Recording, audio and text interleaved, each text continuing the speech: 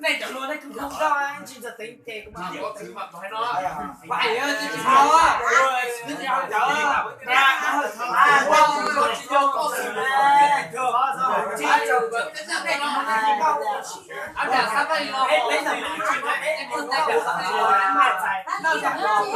Đây nhá. Đây mà để á.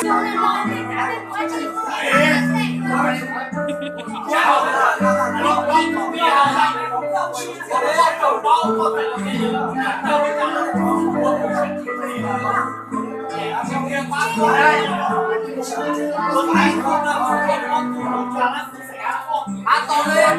Hát to lên.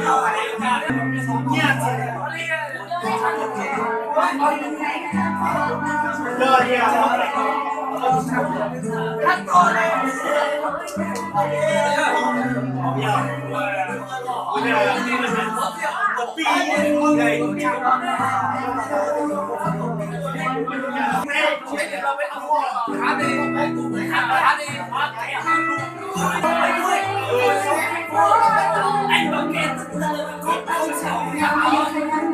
anh đã được cái gì anh không sao to lên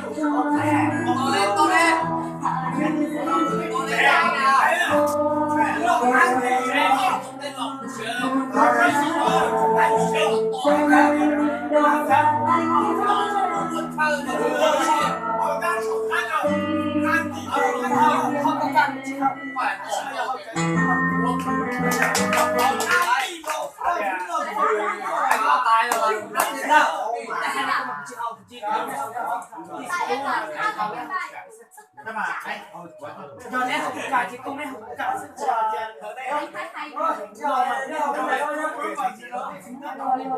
lấy học cái nào để chia không cam mà em tháng hai mà đầu tiên là không có hại được bài báo rồi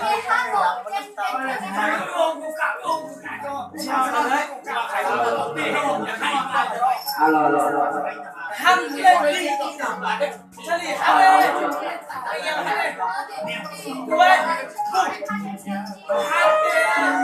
hắn to lên hắn anh lên bảo vệ hết bài sao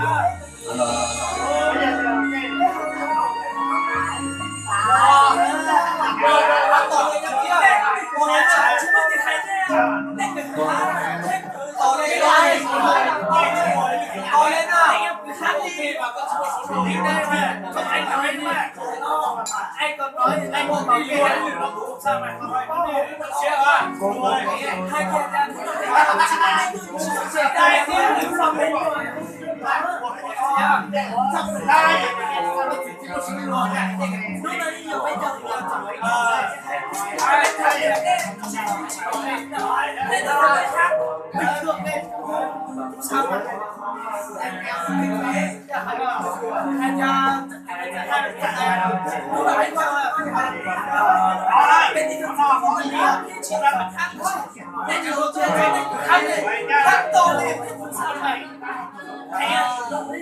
他